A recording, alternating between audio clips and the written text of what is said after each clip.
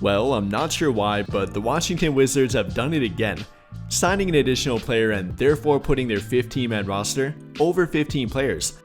Following them signing Anthony Gill, they're now at 16, and I guess they have to either waive somebody, buy somebody out again, or make a trade that involves taking back less players in return, which they have to do by the end of training camp.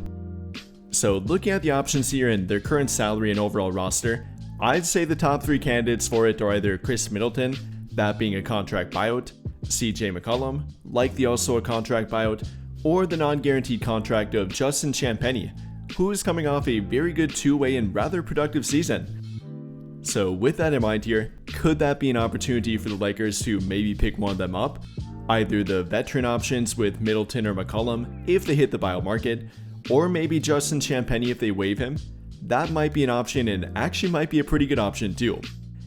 However, we have to realize that the Lakers currently can't sign somebody. Yes, they have the roster spot open, but they don't have the space under the first apron. Right now, they have only $1.1 million, and that simply wouldn't be enough to sign any of them. Even Justin Champagnie, he'd take roughly $2.3 million to sign, so they can't even do that. If they sign somebody, they first have to make a trade first, including a salary dump with either Gabe Vincent or Maxi Kleber, taking back less salary in return through that trade, or simply finding a way to offload a Dalton Connect and take back less money, but they have to do that first. So again, is that worth it? Is that a move they should be looking to make? Even though we're talking about multiple time All-Stars like CJ McCollum and Chris Middleton, or even a good 3-and-D option like Justin Champagnie, is making a salary dump move for them worth it? Or should they simply wait until the post-trade deadline buyout market where they don't have to make a salary dump move and can still fit that player under the first apron? That's up for debate here, but if they would go the salary dump route, making the salary dump or actually making a trade that would address the need for their team with either Gabe Vincent, Maxi Kleber, or Dalton Connect, should they then look to sign Chris Middleton, CJ McCollum, or Justin Champagnie, as again, one of them likely will have to be waived, following the Wizards signing Anthony Gill, and again, it doesn't really make sense to me, but I'll let them do their own thing here. They have to waive somebody to get their roster back down to 15. So sooner rather than later, they will be making a move to their team, which will involve them either waiving or trading 2 players off their team. I mean, they've already done it with Richaun Holmes and Marcus Smart, the latter of which came to the Lakers, so the Lakers might be able to get another player from their team that could actually help their team out. And well, between the 3 of them, I probably would have the least amount of interest in CJ McCollum, which is kind of weird to think about as he does remain the most productive one, but he's simply not the best fit and wouldn't address the major need on their team that they have left, which in my opinion is a 3-and-D or some semblance of a 3-and-D wing, simply a two-way player in general. And between the 3 of them, CJ McCollum is the least likely to fill that role for their team, or for any team for that fact, is a great scoring option, is a good playmaking option, is a good 3-point shooter, but is not a good defender at this point. Not only that, but he's a point guard or kind of combo guard, and the Lakers already have a bunch of players at that spot, having the combination of Marcus Smart, Gabe Vincent, obviously LeBron and Luka play point guard, Austin who's a combo guard and plays some point guard, so they don't really have a need for him despite his productivity level at this point.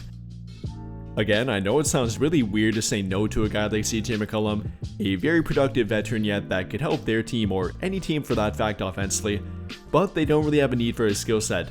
Already having plenty of players to that spot, and he'd simply add more to their rotation that they don't really need at this point, kind of just bunch it up and add more questions rather than answers to their team, so I probably wouldn't look to add him to their team. Which again is pretty weird, but I'd be taking a harder look at either Chris Middleton or even Justin Champagnie.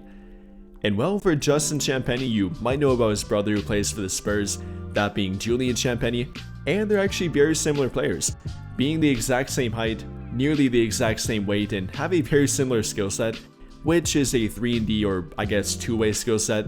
Champagnie coming off a very productive and efficient year with Washington, playing in 62 games to their team, starting in exactly half of them, throughout that time frame averaging 21.5 minutes per game, roughly 9 points per game, 6 rebounds per game, and that's very impressive for a wing playing only 21 minutes per game, that translating to over 9 of them per 36 minutes. On top of that, being very good defensively, being a good passing lane player, and even a pretty good on-ball defender, averaging 1 steal per game in 21 minutes per game, translating to 1.7 per 36 minutes, shooting a very efficient 51.1% from the field, a very efficient 38.3% from 3 on 3.1 attempts per game, that being over 5 of them per 36 minutes. And for his corner 3-point shooting roughly 38% from the corner as well. So all around an efficient shooter, an efficient player around the rim, a good defender, only 24 years old yet, and I think would be a pretty good option for their team. Now, I'd absolutely love to have him with a two-way contract, but unfortunately he's not two-way eligible. With him having 4 years of NBA background, he is no longer two-way contract eligible at this point, only can be signed to a standard NBA contract, and therefore they would have to make room for him at that point, or rather get further under the first apron. So the question is it worth trading a guy like Gabe Vincent, Dalton Knecht, or Maxi Kleber than sign Justin Champagnie? I mean, we're talking about probably the better fit in my opinion. A guy that's a two-way big forward that can guard 2 through 4, is a good 3-point shooter, is a good off-ball 3-point shooting option, is only 24 and does have room for growth and upside yet. So I guess you could make an argument for it. You know, he's a lot less proven than a guy like Gabe Vincent, more proven than Dalton Knecht, I guess, kind of, but also has less upside than Dalton Knecht.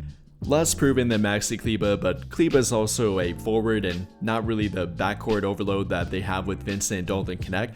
So I'd probably pick between Gabe Vincent or Dalton Knecht to offload if you're trying to sign Justin Champagnie. And if I'm trading Dalton Knecht, I'm not simply looking to offload him, I'm trying to make a trade for him that actually benefits their team and they get value for him. I mean, the same thing with Gabe Vincent, but to a lesser degree. Obviously can't get as much for him, so that would probably be the player I'd look to trade to make room for Champagnie. If they'd want to go that route, I'm not sure it's an absolute thing they have to do, but I think it might slightly benefit their team. You know, I wouldn't call Champagnie the superior defender over Vincent, but he does fit the need they have on defense a bit more. That being a player that can actually match up with bigger wings rather than Vincent, who can only take on backcourt players and is more limited in that regard. Also is the better 3-point shooter compared to Gabe Vincent, is more efficient, takes few more of them per game, and I think actually would be the fit upgrade, maybe not the overall talent upgrade, maybe not, but I guess you could make an argument for that. I'm not sure they'd want to go that route, simply from a stature and background standpoint. Trading Gabe Vincent and offloading him to sign Justin Champagnie might feel like a pretty weird move and not the move that the casual fan would probably approve of, though I think you could make an argument for it. However, the one that would definitely be more popular and would make more sense from a name standpoint would obviously be Chris Middleton. If he would hit the buyout market, then I imagine the Lakers and a bunch of other contenders would look to sign him. Between his background, between being a 2-time All-Star, between the fact that he's still very productive when healthy, and actually let me correct that, 3-time All-Star, I think that he would be a pretty decent fit for any team and could offer value on the court when healthy. You know, he might not be as good defensively compared to Champagnie, but he's still not a liability on defense, still can be around average when healthy, and still can be a very good offensive player when healthy too. Coming off a season of averaging roughly 12 points per game, shooting 47.5% from the field, 36.1% from 3, averaging roughly 4 rebounds per game, 4 assists per game, only playing 23 minutes per game, so is still very productive. During the last postseason games he played, he was actually incredibly productive, averaging 25 points per game on 48.2% shooting, 35.5% 3-point shooting, 9 rebounds per game, 5 assists per game, that being in their round 1 matchup against Indiana back in 2023-24. So he definitely is still very productive when healthy, and that's kind of the question with him. Can he remain healthy for not only a playoff run, but actually a regular season run, playing more than 40 to 50 games and being productive in a team's rotation? That's up for debate here. Though even with that, I'd have a hard time turning him down. If Luka Doncic would want him on the team and once again try to recruit him to their team, then I probably would look to offload maybe a Gabe Vincent or Dalton Knecht to make room for him. Obviously, again, try to make a trade worth making for them, but try to add Chris Middleton, add some more forward depth to their team, a guy that can be a two-way option when healthy, a guy that can be a third or fourth option offensively, even a backup point guard or kind of point forward, a very good on-ball or off-ball player offensively, great 3-point shooter, great corner 3-point shooter, great catch and shoot guy, a guy that can create his own shots, so I think it would be worth it to add Chris Middleton.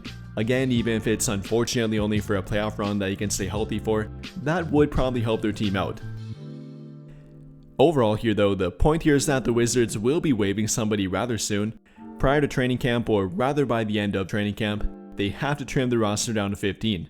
You know, I'd probably point to Justin Champagnie as the most likely candidate for it. Does have the non-guaranteed contract, so would be easiest to simply waive him. But he is coming off a productive season, so maybe they'd rather go the contract buyout route. Maybe that's with Chris Middleton or CJ McCollum. I definitely point to Middleton as the more likely option, having less trade value due to being more injury prone and McCollum being a bit more productive yet. So I would be on the lookout for either Chris Middleton or Justin Champagnie if they do hit the free agent market. But what do you guys think? How do you feel about the options of either Justin Champagnie, Chris Middleton, or maybe CJ McCollum if they hit the buyout market and then the free agent market? And if the Lakers should or will try to sign them, despite it requiring them to make a salary dump trade first, either with somebody like Gabe Vincent, Maxi Kleber, or Dalton Knecht. Do you think it's worth it or even worth looking into, or would you stay away from it? Let me know your thoughts in the comments down below. But I think that'll pretty much do it for this one. And if you enjoyed the video, then I would greatly appreciate it if you dropped a like, subscribe to the channel if you have not already, and hit that notification bell to never miss out when I upload a video. But as always, thank you for watching and have a great day or night.